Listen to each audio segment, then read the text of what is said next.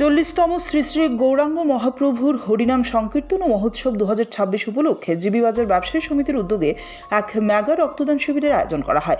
এই রক্তদান শিবিরে উপস্থিত ছিলেন রাজ্যের মন্ত্রী সুশান্ত চৌধুরী, আগরতলা পুর নিগমের মেয়র তথা বিধায়ক দীপক মজুমদার এবং সমাজসেবী পাপিয়া দত্ত সহ অন্যান্য বিশিষ্ট অতিথিবৃন্দ।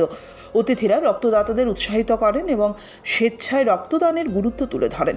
মহোৎসবকে কেন্দ্র করে আয়োজিত এই মানবিক উদ্যোগে স্বতঃস্ফূর্তভাবে বহু মানুষ রক্তদান করেন।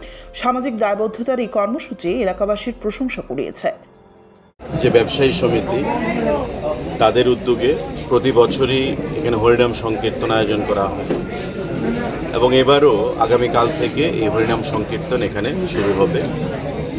তাকে কেন্দ্র করে এই জিবি বাজার ব্যবসায়ী সমিতি দ্বারা আজকে একটা মহৎ কাজ, যা রক্তদান শিবির এখানে আয়োজন করা হয়েছে।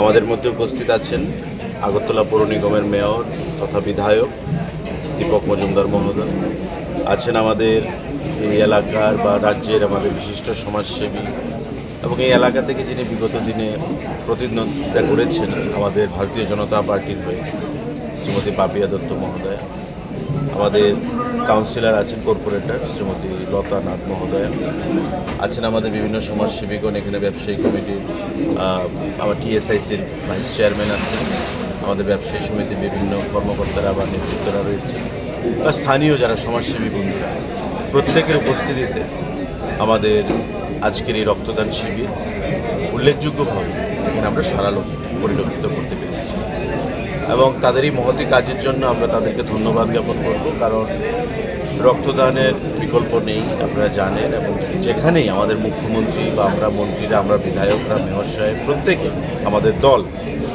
রক্তদান যেখানেই অনুষ্ঠান হয়ে থাকে সেখানে আমরা উপস্থিত হই মানুষকে উদ্বুদ্ধ করার জন্য।